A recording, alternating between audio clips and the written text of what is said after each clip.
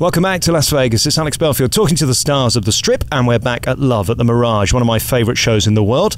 Laura Cota is one of the stars of the show, along with Sean Lord, and they join us this afternoon. How are you? Very good, thanks. You're both looking remarkably well. We've joined you just after the holidays, and you've done about 15 million shows. How are you feeling? I was tired, but now we've actually had 2 days off, so I feel rejuvenated, and it's a new year, so I feel good. What is Christmas like here in Las Vegas? Because, of course, we're in the middle of the desert. It is cold at the minute, it's fair to say. But the sun's shining. It looks out the window as if it's paradise. Yeah, it's a little bit different from home for me. You know, I'm from Canada, and, you know, we don't get the same kind of snowfall here. So it's a bit of a shocker when you first come down. Yeah, it's cool. Do you miss the seasons? You're both from Canada, aren't you? And not many minutes away either. You're almost neighbours. Yeah, he's from probably about 15 minutes away from where I was back home. But actually, I think that the sun shining in the winter here is a good thing personally, but it's been nice. We had sun on Christmas and not snow, so. If we do need a hint of the snow, we run up to Charleston. It's a mountain nearby, so. Let's talk about Love then. I mean, it never ceases to amaze. It's a fun show, it's an uplifting show, and of course it's got the best soundtrack in the world, the music of the Beatles. Yeah, this is an incredible experience. I've been here about 3.5 years now, and it doesn't get old. I'm not bored. It's such a wonderful show. The people in the show are wonderful. It's just been such a great experience. I think of all the Cirque Du Soleil shows, it's the most theatrical, it's got the most story in it, because of course these songs do tell a story separately, and they're put together so beautifully, and you get to do that every night, twice a night, 5 times a week. She mentioned that she didn't get bored. What about you? How are you finding this music? I love it. When I first auditioned for Cirque, this was the show I wanted to be in, you know, so I feel very fortunate, you know, and I haven't been here as long as Laura. I got here in September this year, so it's still really fresh for me. There's always an element of risk with Cirque du Soleil, and there certainly is in this show. Lots of things have to be put up during the show and taken down during the show. It is magical how they do that. That really is the craftsmanship of Cirque, isn't it? How they get between scene to scene. Yeah, it's pretty cool. You can actually call it magical, for real. We have such a wonderful team here that keeps us safe. Nothing really goes wrong that often, to tell you the truth. It's actually magical. If you're from England, it's like being home, because this is a tribute to England and a celebration of all things like the telephone box, which we don't actually have anymore. I know there's one out in the lobby here, and you get to jump on all this stuff. How physically fit do you have to be? I know it sounds like a silly question, but I mean, you've got to be at the top of your game. They really do ask a lot of you at Cirque du Soleil. Yeah, you definitely have to stay in shape, and it's years of training all adds up to this, you know. I did gymnastics growing up for, I don't know, it might have been 20 years or so, and this was kind of the next level for me. Tell me about your past, because I know we were talking earlier, you've done the cruise ships and things like that. I mean, show business is really your life, isn't it? Yeah, well, after all my training, it was about 15 years of training, and then I took off, and I've done shows, I've done tours, I've taught little kids, I've taught adults before, so I've kind of had the best of all worlds in this industry. It's awesome. And here you are in Las Vegas, the kingdom of the buffet, and you're still looking so slim and gorgeous and attractive. How do you manage that? How do you avoid these big buffets?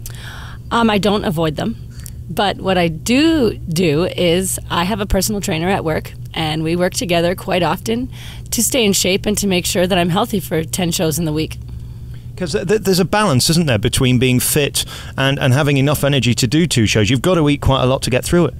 Oh, definitely. And there are days where you have low energy, but for the most part, it's pretty good. You get into the routine of it. So what do you eat on an average day then to get through these shows? Because I mean, there's 10 on the trot before you get 2 days off. Do you eat an enormous breakfast? Do you eat just before the show? How do you get through it? Usually I have a pretty big breakfast, and I might have something kind of light before each show, because I don't want to pig out or doing all the flips. You're going to be puking it up, you know. So yeah, and then after, when we get home, I usually have something else there. How fun is it being here in Las Vegas? I mean, it's the capital of entertainment. You've got the nightclubs, you've got the bars, you've got obviously other Cirque du Soleil shows, comedians, you've got magicians, you've got everybody in the world coming here, Celine Dion next door. Do you get to indulge in that, or do you get straight off the Strip and go home and live a normal life? Well, we can indulge in it whenever we want, but my job personally comes first. You know, like, it's hard to indulge in it unless you have the day off the next day, but we do indulge in it when it's time. Is there any better feeling than when that curtain comes down, as it does in this show, and the lights start and the music, and there's an amazing PA system? I mean, they've really made sure that this isn't some cheap rip-off token gesture to the Beatles. I mean, they've done this properly. Is it still thrilling every show when you see the audience? Because, I mean, this is sellout. I've just heard at the desk people trying to get tickets tonight. There aren't any. 100%. It's totally thrilling every single time. When you get to see the faces of 2,000 people each show and see them light up, it's so worth it. It's such a thrill. And of course, this is a showbiz town. You get a lot of the stars, and I regularly see pictures of all kinds of mega stars coming here. Does that add an extra edge? Does that give you a feeling of, wow, look who's sat there watching us? Yeah, it's pretty cool when you see some like familiar face like that in the crowd, but you really have to not really let it get to you, you know, when you're performing. And after, it's pretty cool because sometimes they come back and we hang out a little bit. So you talked earlier about the safety aspect of this. I mean, it is done with military precision, where you have to be at a certain time, because if you're hanging around, mucking around and not paying attention, you can get hurt. There's a great discipline to Cirque, isn't there? To get through these shows might seem fun, but actually there's a real regiment in getting through them. Yeah, especially when you first get here, you go through multiple orientations, and it's all about safety. And you know, like, they really crack down in the beginning, and then you just learn it, and then it's part of your daily schedule, how to stay safe. Is there ever a moment where you're stood there and you think, I just do not know what I've got to do next? Because, I mean, when you do it so many times, there must be times where you're sort of doing your shopping list or something. How do you snap out of that? Because, I mean, you've got to be in the right place at the right time. Yeah, this is not the place really to go into shopping lists when you're on stage, but you know, you realize what's at stake. You know, if you're being unsafe, then you got to get the shopping list out of your head. Where do you go from here? Because let's face it, this is one of the greatest shows in the world. It is world renowned. Everybody who comes here says good things about it. I don't think I've ever heard anybody say they don't like it. It's fun, it's inspiring, it's massive, it's got a huge budget, an amazing team. Really, where do you go in show business next? Or will you have to do something completely different? I'm still fresh here, you know, so I think I might have a little bit of time left in this show. But after this, you never really know. Once in a while, there's a new show that comes along, and like a Cirque show, and you might get a transfer over there to something like that. But I don't know. And when they get a good team, they try to keep you. I know there's international productions just in the Royal Albert Hall at the moment in London. Alegria's back there, and you tour all over the world. So you could be back touring the world like you were on the cruise ships if you wanted. Yeah, there's that too. But, you know, depending on how your body is feeling physically when you're done here, you know, you can always go into teaching what you know. And, like, that's what I personally would like to do. I would like to be teaching little ones what I've learned in my journey.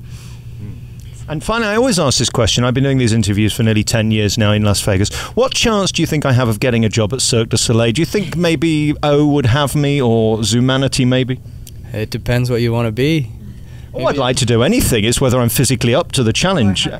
Or how good you can swim for Surely there's a diver that can help me. Guys, thank you so much for talking to me.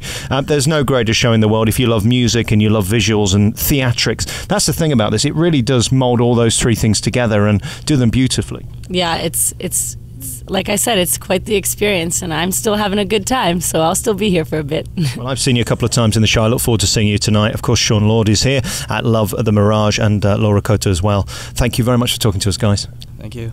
Thank you.